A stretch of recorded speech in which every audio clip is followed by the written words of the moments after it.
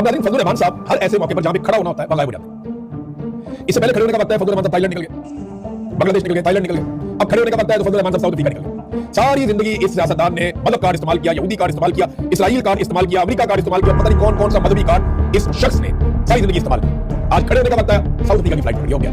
ये जनाब फजलुर रहमान साहब उनकी टोटल सियासत बनी है। इमरान खान के दौर में इसकी फड़कें खत्म नहीं होती, बहुत चिल्लाकर ऊंची आवाज में चीख कर फजलुर रहमान साहब बोलते, और आज फजलुर रहमान साहब मेमने की तरह बोलते, बहुत आहिस्ता आवाज, धीमी आवाज, और फ्लाइट पकड़ के निकल जाते हैं। 27वीं नवी मोदी फिर निकल गए।